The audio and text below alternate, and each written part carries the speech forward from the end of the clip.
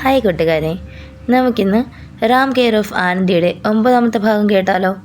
ഈ കഥയുടെ മുൻപുള്ള ഭാഗങ്ങൾ കേട്ടില്ലാത്ത കൂട്ടുകാരുണ്ടെങ്കിൽ ചാനൽ സന്ദർശിച്ച് അവയൊന്ന് കേട്ടതിന് ശേഷം ഇത് കേൾക്കാൻ ശ്രമിക്കുമല്ലോ. അതുപോലെ തന്നെ ചാനൽ ആദ്യമായിട്ട് കാണുന്നവരുണ്ടെങ്കിലും ഇതുവരെ ചാനൽ സബ്സ്ക്രൈബ് ചെയ്യാത്ത കൂട്ടുകാരുണ്ടെങ്കിലും ചാനൽ ഒന്ന് സബ്സ്ക്രൈബ് ചെയ്ത് സപ്പോർട്ട് ചെയ്യണേ. അപ്പം നമുക്ക് നേരെ കഥയിലേക്ക് പോകാം. റാം, എഴുന്നേൽക്ക് റാം. ആനന്ദിയുടെ തുടരെയുള്ള വിളികൾ കേട്ടാണ് അവൻ ഞെട്ടിയുണർന്നത്. എടോ, സമയം 7 മണി കഴിഞ്ഞു.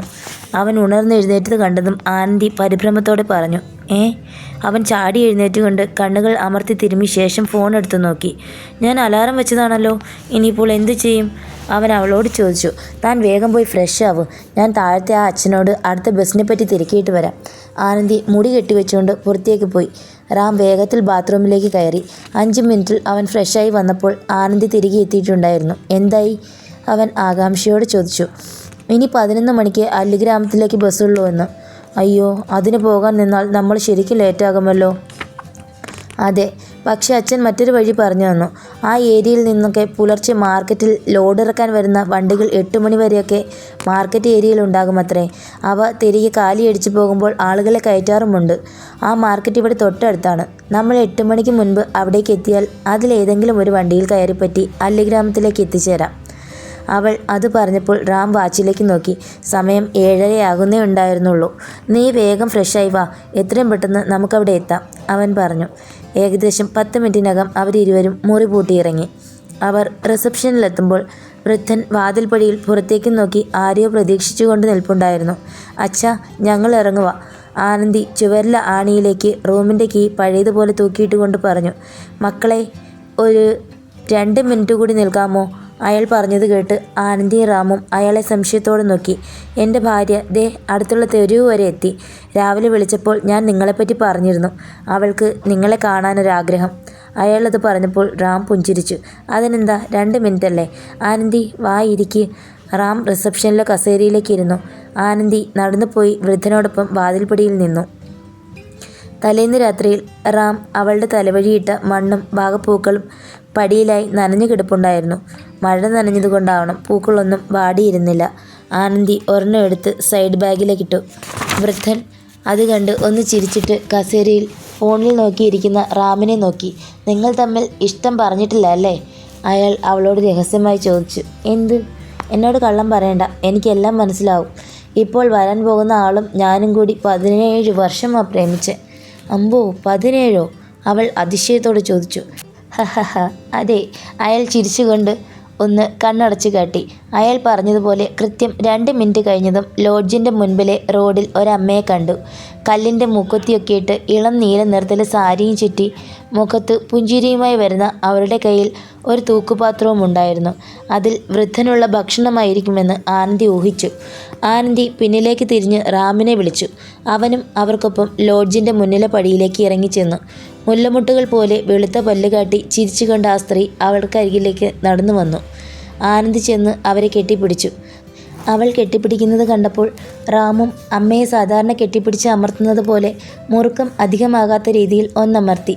പെട്ടെന്ന് അവരുടെ മുഖത്തെ ചിരിയൊന്ന് മങ്ങി. പകരം കണ്ണുകൾ നിറഞ്ഞു. താൻ അമർത്തി കെട്ടിപ്പിടിച്ചതുകൊണ്ടാണോ അതെന്ന് റാം വ്യാകുലപ്പെട്ടു. സ്നേഹം കൂടുമ്പോൾ എൻ്റെ മകനും ഇതുപോലെ എന്നെ കെട്ടിപ്പിടിച്ച് അമർത്തുമായിരുന്നു. അവർ അത് പറഞ്ഞിട്ട് റാമിൻ്റെ നെറ്റിയിലെ മുടി മാറ്റി ഒരു മുത്തം നൽകി. പക്ഷേ ആ നിമിഷത്തിൽ കണ്ണുകൾ കലങ്ങിയത് അവൻ്റേതായിരുന്നു. സത്യത്തിൽ വൃദ്ധരായ ആ സ്ത്രീയും പുരുഷനും ആരാണെന്നും എന്തിനാണ് തങ്ങൾ അവരുടെ ജീവിതത്തിൽ അത്തരത്തിൽ ഇടപെടുന്നതെന്നുമുള്ള ചോദ്യത്തിന് ആനന്ദിയുടെയും റാമിൻ്റെയും പക്കൽ കൃത്യമായ ഒരു മറുപടി ഉണ്ടായിരുന്നില്ല. ഇരുവർക്കും ഒരടുപ്പം അവരോട് തോന്നി, അത്രമാത്രം. ധനശ്രീ ലോഡ്ജിൽ നിന്നും വൃദ്ധ ദമ്പതികളോട് യാത്ര പറഞ്ഞിറങ്ങുമ്പോൾ അവർ അവിടെ വന്നതിൻ്റെ ഓർമ്മയ്ക്കായി വൃദ്ധൻ്റെ സമ്മതത്തോടെ റാമും ആനന്ദിയും ചേർന്ന് തങ്ങളുടെ പേരും അന്നത്തെ തീയതിയും റിസപ്ഷൻ്റെ ഭിത്തിയിൽ ഒരു ചുവന്ന മാർക്കർ പേന കൊണ്ട് എഴുതിയിട്ടു. റാമും ആനന്ദിയും തഞ്ചാവൂർ ബസ് സ്റ്റാൻഡിലേക്ക് എത്തുമ്പോൾ സമയം 8 മണിയോടടുത്തിരുന്നു. മാർക്കറ്റിൽ കടകൾ ഓരോന്നും തുറക്കുകയും കച്ചവടങ്ങൾ തകൃതിയായി ആരംഭിക്കുകയും ചെയ്തിരുന്നു. മാർക്കറ്റിന് വെളിയിലേക്ക് പോകാൻ കിടക്കുന്ന 5ഓളം വണ്ടികളുണ്ടായിരുന്നു. അവ 5 എണ്ണവും അല്ലിഗ്രാമം വഴിയല്ല പോകുന്നത്. പക്ഷേ അതിൽ ഒരു വണ്ടിക്കാരൻ അല്ലിഗ്രാമത്തിനടുത്തുള്ള ചിന്നപുരം വരെയുണ്ടെന്ന് പറഞ്ഞു. തങ്ങൾ പെരിയപുരം താണ്ടിയാണ് പോകുന്നതെന്നും കറങ്ങി ചുറ്റി പോകുന്നതിനാൽ സാധാരണ ബസ്സിൽ പോകുന്ന സമയത്തേക്കാളും അരമണിക്കൂർ കൂടുതലെടുക്കുമെന്നും അവർ ഓർമ്മിപ്പിച്ചു. എന്തു തന്നെയായാലും അല്ലിഗ്രാമത്തിനടുത്ത് വരെ എത്താമല്ലോ എന്ന ആശ്വാസത്തിൽ അവരിരുവരും വണ്ടിയിൽ കയറിപ്പറ്റി. ഒരു പിക്കപ്പ് വാനായിരുന്നു അത്. കന്നുകാലികൾക്ക് കൊടുക്കുന്ന തരം തീറ്റപ്പുല്ലിൻ്റെ കുറേ കെട്ടുകൾ വാനിൻ്റെ പിൻഭാഗത്ത് കിടപ്പുണ്ടായിരുന്നു. ഒരു ഭാഗത്തേക്ക് മാറ്റിയിട്ടിരുന്ന 4-5 പുല്ലുകെട്ടുകളിൽ ചാണകം പുരണ്ടിരുന്നു. ആനന്ദിയും റാമും വൃത്തിയുള്ള പുല്ലുകെട്ടുകൾക്ക് മുകളിലായി സ്ഥാനം പിടിച്ചു. വാനിൻ്റെ മുൻവശത്ത് 35 വയസ്സ് പ്രായം തോന്നിക്കുന്ന കൈലിമുണ്ടും മുഷിഞ്ഞ ഷർട്ടും ധരിച്ച ഒരാളും പെരുമാറ്റം കൊണ്ട് അയാളുടെ ഭാര്യയാണെന്ന് തോന്നിക്കുന്ന ഒരു സ്ത്രീയും ഉണ്ടായിരുന്നു. ആ സ്ത്രീക്ക് അയാളെക്കാളും പ്രായമുണ്ടെന്ന് കാഴ്ചയിൽ തോന്നിച്ചു. അവരുടെ നെറ്റിയിൽ നീളത്തിൽ ഒരു മുറിപ്പാടും അത് സ്റ്റിച്ച് ചെയ്ത് ഉണങ്ങിയതിൻ്റെ പാടും ഉണ്ടായിരുന്നു. ആ സ്ത്രീയാണ് റാമും ആനന്ദിയും വണ്ടിയിലേക്ക് കയറും മുൻപ് ഒരാൾക്ക് 200 രൂപ എന്ന കണക്ക് പറഞ്ഞത്. മാത്രവുമല്ല പണം മുൻകൂറായി നൽകണമെന്നും പറഞ്ഞു.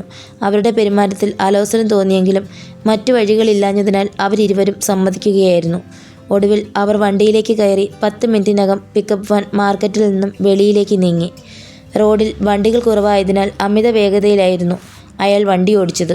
റാമും ആനന്ദിയും പിൻവശത്തായി പുല്ലുകൾക്ക് മുകളിൽ ഇരുന്നു കൊണ്ട് പുറത്തെ കാഴ്ചകളും നോക്കിയിരുന്നു. ആനന്ദി ഇടയ്ക്കിടെ ഡ്രൈവറുടെ ക്യാബിനുമായി ബന്ധിപ്പിക്കുന്ന ഗ്ലാസ് വിൻഡോയിലൂടെ ദമ്പതികളെ നോക്കി.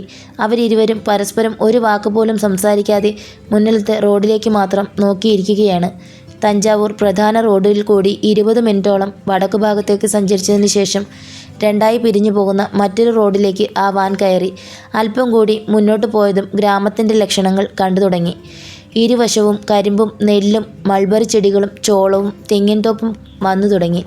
വണ്ടി ഓടിക്കുന്നതിനിടയിൽ ഡ്രൈവർ അണ്ണൻ ഫോണെടുത്ത് ആരെയൊക്കെയോ വിളിക്കുകയും തങ്ങൾ കടന്നു വരുന്ന റൂട്ടൊക്കെ കൃത്യമായി പറഞ്ഞു കൊടുക്കുകയും ചെയ്തു. ശേഷം അയാളുടെ ഭാര്യ ഫോൺ വാങ്ങി എന്തൊക്കെയോ സംസാരിച്ചു.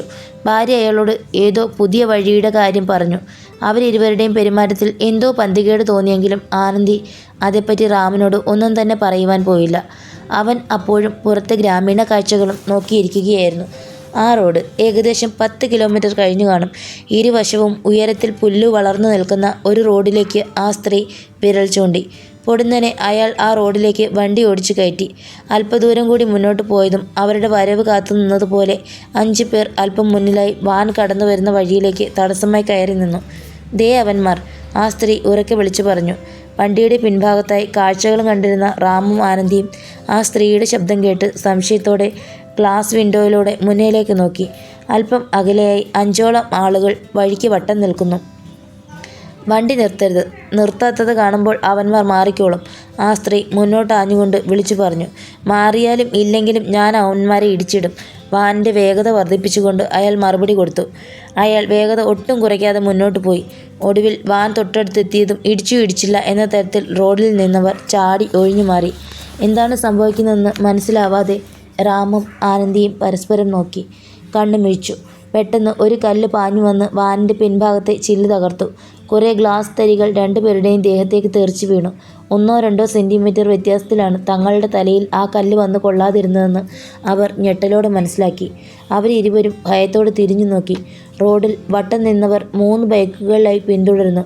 ബൈക്കുകളിൽ ഒന്നിൻ്റെ പിൻസീറ്റിൽ ഇരുന്ന ഒരുവൻ എറിഞ്ഞ പാറക്കല്ലാണ് വാനിൻ്റെ ചില്ല് തകർത്തത്. തുണിസഞ്ചിയിൽ നിന്നും വീണ്ടും ചെറിയ ഉരുളൻ പാറക്കല്ലുകൾ വാനിനെ ലക്ഷ്യമാക്കി അവൻ എറിഞ്ഞുകൊണ്ടിരുന്നു. ഒരേറിൽ വണ്ടിയുടെ വലതുവശത്തെ സൈഡ് മിററും പൊട്ടിത്തകർന്നു. മുന്നിൽ നിന്ന സ്ത്രീ ആനന്ദിയോടും റാമിനോടും കുനിഞ്ഞിരിക്കാൻ പറഞ്ഞ് ഫോണിൽ ആരൊക്കെയോ വിളിച്ചു. ആനന്ദിയും റാമും ഏറ് കൊള്ളാതിരിക്കാൻ ഓരോ പുല്ലുകെട്ട് എടുത്ത് ഉയർത്തി മറച്ച് വച്ച് മുട്ടുകുത്തി കുനിഞ്ഞിരുന്നു. കോൾ തീർന്നതും വലതുവശത്ത് കണ്ട റോഡിലേക്ക് വണ്ടി തിരിക്കാൻ ആ സ്ത്രീ പറഞ്ഞു. ഡ്രൈവർ ഇരുവശവും കരിമ്പുകൾ തിങ്ങി നിൽക്കുന്ന ഒരു ടാറിടാത്ത റോഡിലേക്ക് വണ്ടി ഓടിച്ചു കയറ്റി.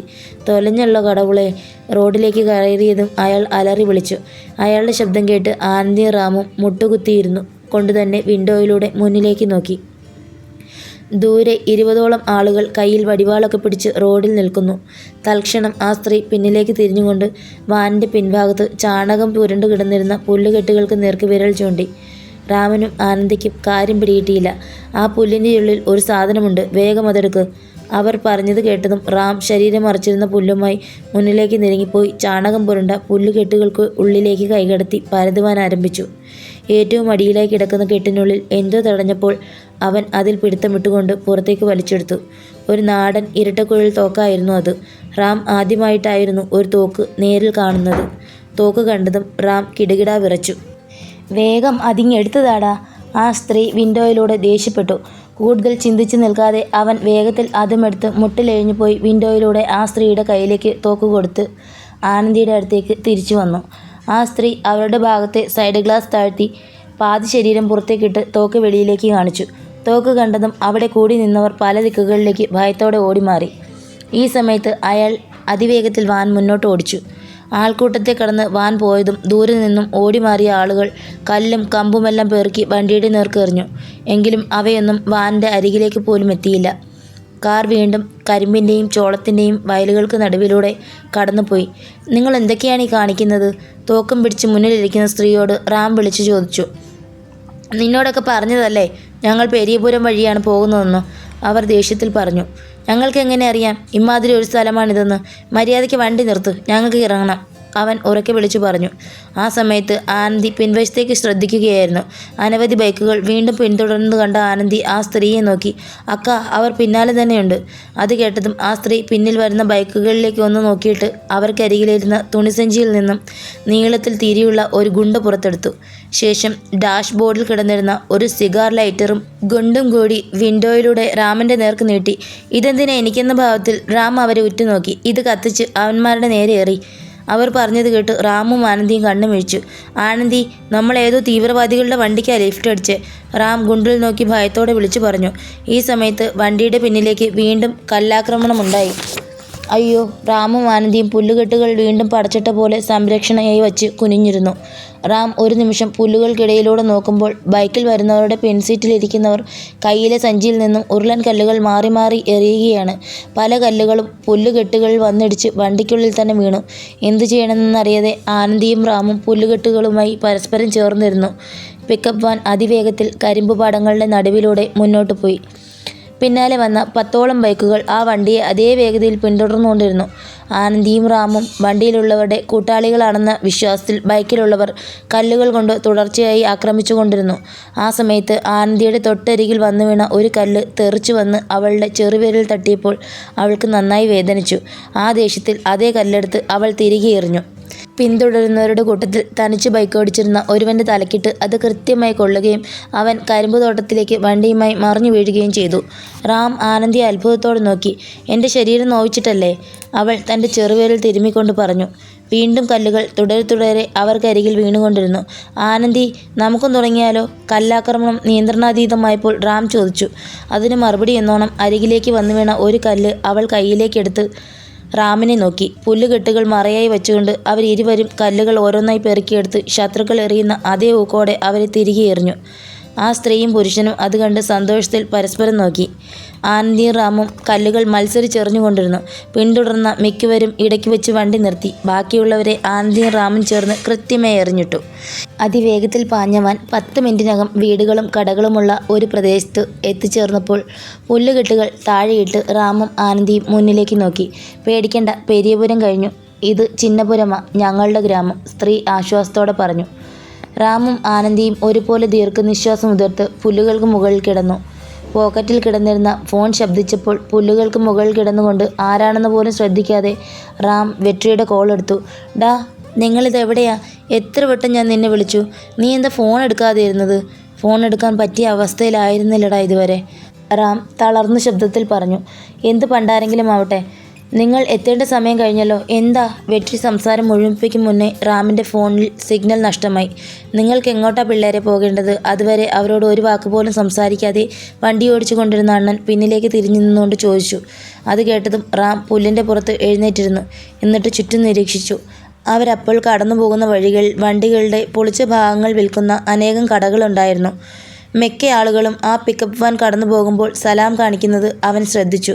ഞങ്ങൾക്ക് അല്ലി ഗ്രാമത്തിലേക്കാ ചേട്ടാ പോകേണ്ടത്, അവൻ ഒരു മിനിറ്റത്തെ നിരീക്ഷണത്തിന് ശേഷം പറഞ്ഞു. അത് നിങ്ങൾ കയറുമ്പോഴേ പറഞ്ഞതല്ലേ? അവിടെ എവിടെയാണെന്ന് ഞാൻ ചോദിച്ചത്. വേണമെങ്കിൽ ഞങ്ങൾ നിങ്ങളെ കൊണ്ടാക്കാം, അയാൾ പറഞ്ഞു. അത് കേട്ടതും മുന്നിൽ നിന്ന സ്ത്രീ അയാളെ ഒന്ന് സംശയത്തിൽ നോക്കി. അയാൾ പോട്ടെ സാരമില്ല എന്ന രീതിയിൽ അവരെ ആംഗ്യം കാണിച്ചു. വഴി ഞാൻ പറഞ്ഞു തരാം. അയാൾ വെച്ച ആ ഓഫർ കേട്ടയുടൻ ആനന്ദി പുല്ലിൽ നിന്നും ചാടി എഴുന്നേറ്റുകൊണ്ട് പറഞ്ഞു. ഏകദേശം അരമണിക്കൂർ കൊണ്ട് അയാൾ അവരെ അല്ലി ഗ്രാമത്തിലെത്തിച്ചു. പ്രധാന കവലയിൽ നിന്നും വീട്ടിലേക്ക് പോകുവാനുള്ള വഴി ആനന്ദിക്ക് അറിയാമായിരുന്നു. അവൾ വിൻഡോയിലൂടെ അയാൾക്ക് വഴി പറഞ്ഞു കൊടുത്തുകൊണ്ടിരുന്നു. കൃഷി ആവശ്യങ്ങൾക്ക് വെള്ളം കൊണ്ടുപോകുന്ന ഒരു കനാലിനരികെയുള്ള റോഡിലൂടെയായിരുന്നു അവരുടെ യാത്ര. കണ്ണത്ത ദൂരത്തോളം വ്യാപിച്ചു കിടക്കുന്ന നെൽവയൽ പച്ചപ്പോടെ നിലകൊണ്ടു. അവിടെയായി പണികൾ ചെയ്തുകൊണ്ട് അനേകം ആളുകളുമുണ്ടായിരുന്നു. ഒടുവിൽ തെങ്ങിൻ തോപ്പുകളുടെ നടുവിലൂടെ കിടക്കുന്ന ഒരു നീളൻ വഴിയിലൂടെ വാൻ കടന്നുപോയി. ആ വഴി ചെന്ന് അവസാനിച്ചത് ചെങ്കല്ലിൽ തീർത്ത ഒരു ഇരുനില വീട്ടിലായിരുന്നു. മുറ്റത്ത് ചാണകം പൂശിയ ഒരു തുളസിത്തറ, കൂട്ടിയിട്ട തേങ്ങകൾ, അതിനരികിൽ ചില പണിക്കാർ നിന്ന് തേങ്ങ പൊതിക്കുന്നു. കുട്ടികൾ കളിക്കുന്നു. കുറച്ചാളുകൾ മുറ്റത്ത് അടുപ്പ് കൊട്ടി പാചകം ചെയ്യുന്നു. വീടിൻ്റെ തിണ്ണയിലിരുന്ന് പച്ചക്കറികൾ അരിയുന്ന സ്ത്രീകൾക്ക് അരികിലിരുന്ന് വെടിവെട്ടം പറഞ്ഞു ചിരിക്കുന്ന കുറച്ച് ആണുങ്ങൾ. അതിനടുത്ത് ഒരു വലിയ തൂണുചാരി രേഷ്മ 2 പെൺകുട്ടികളുടെ ഒപ്പം ഇരിക്കുന്നുണ്ടായിരുന്നു.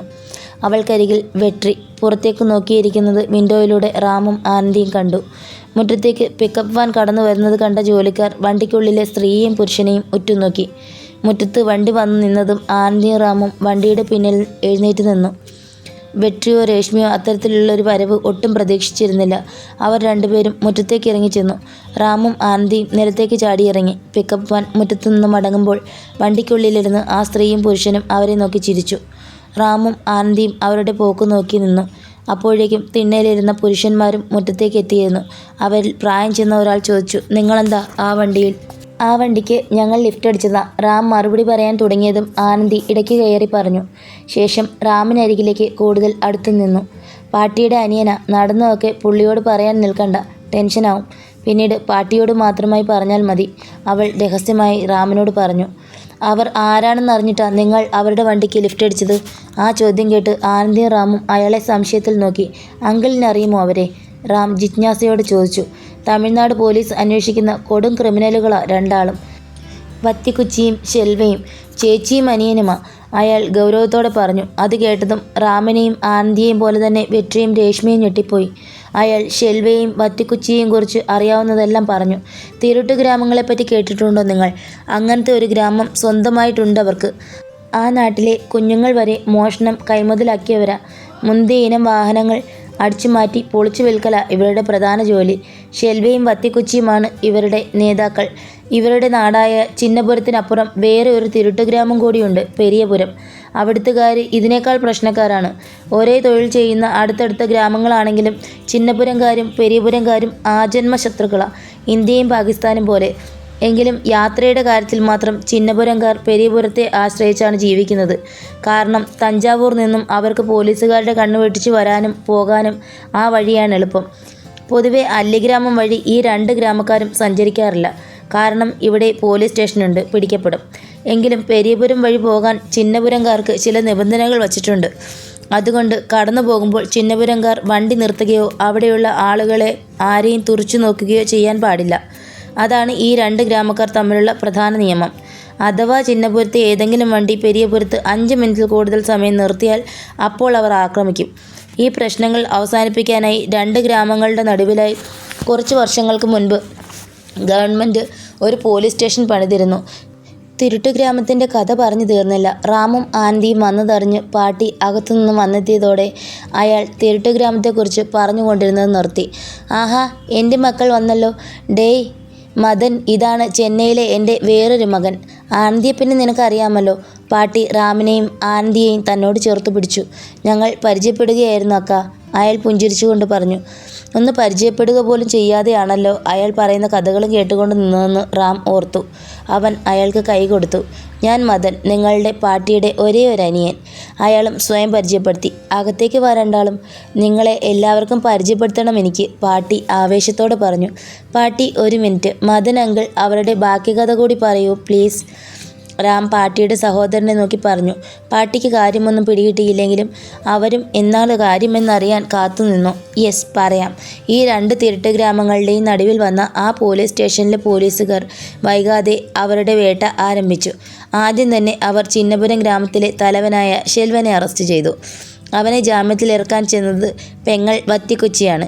വത്തിക്കുച്ചിയുടെ പേരിലും മോഷണക്കുറ്റങ്ങൾ ഒരുപാടുണ്ടായിരുന്നു.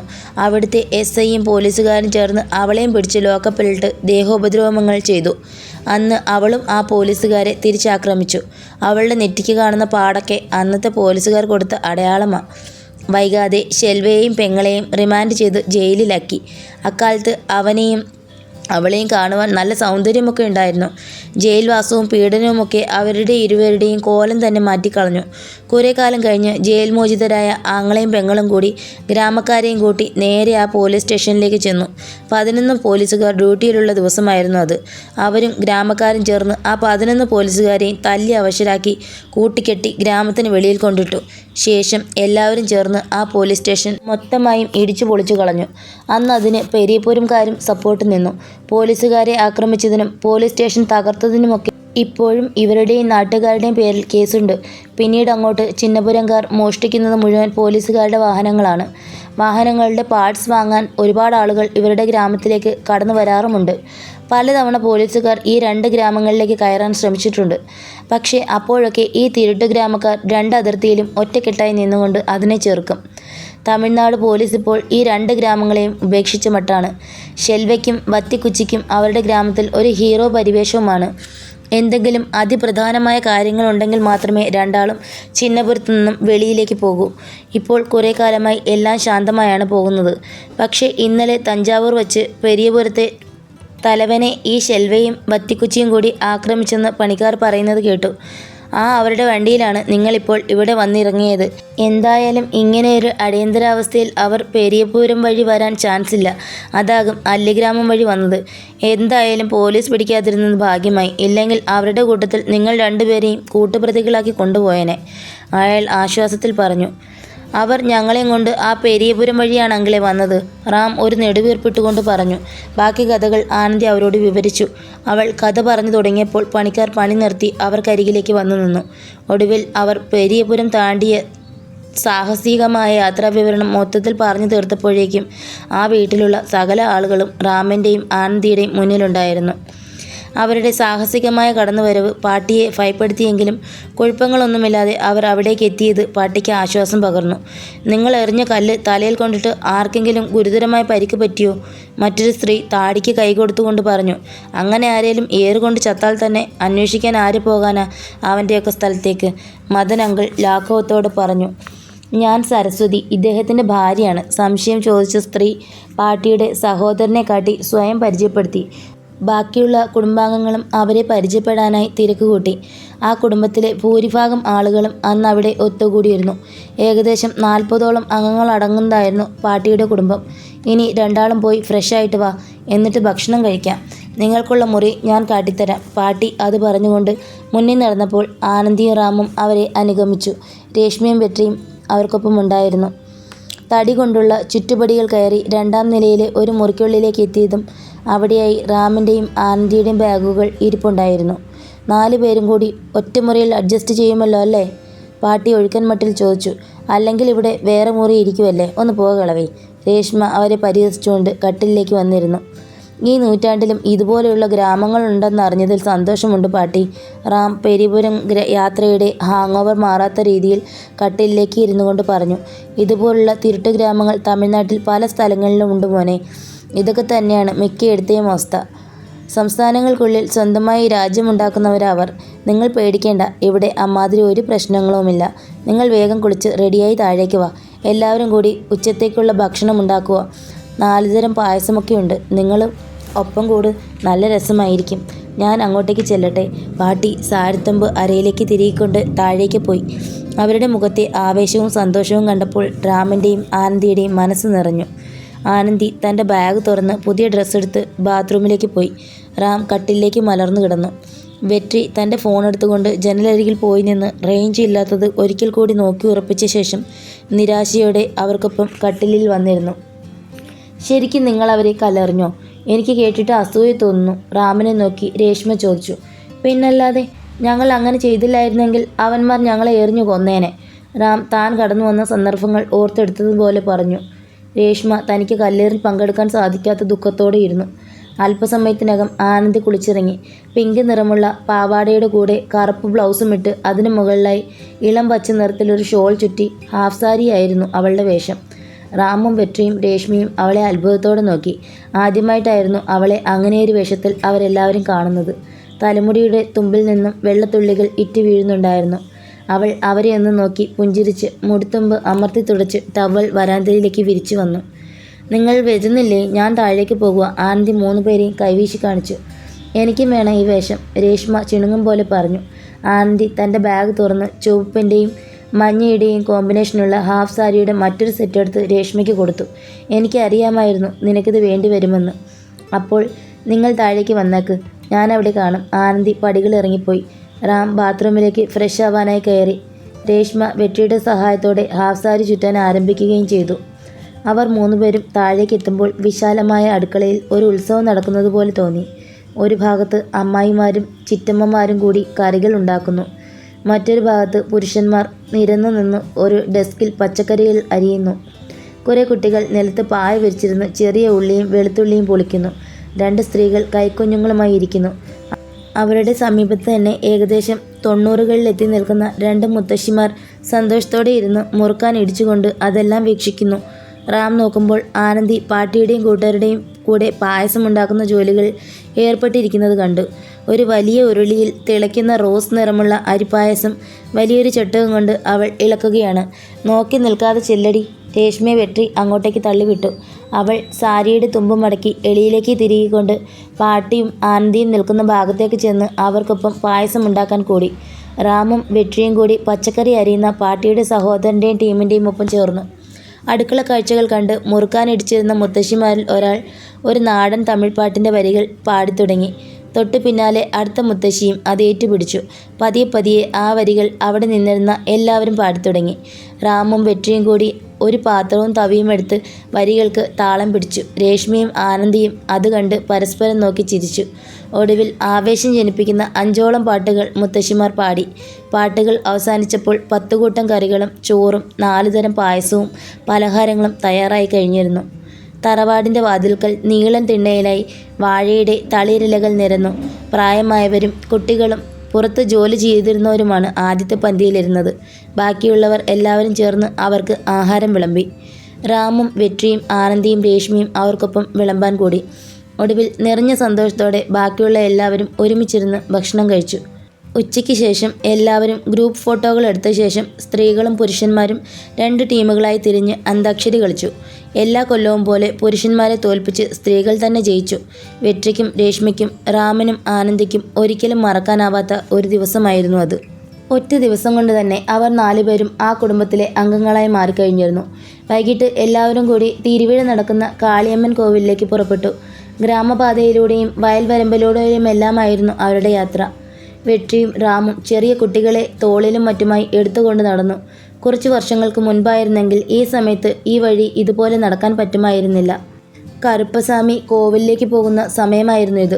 നടത്തത്തിനിടയിൽ മദൻ അങ്കിൾ വെട്രിയോടും റാമിനോടും പറഞ്ഞു. കറുപ്പസ്വാമിയോ? അതാരാ?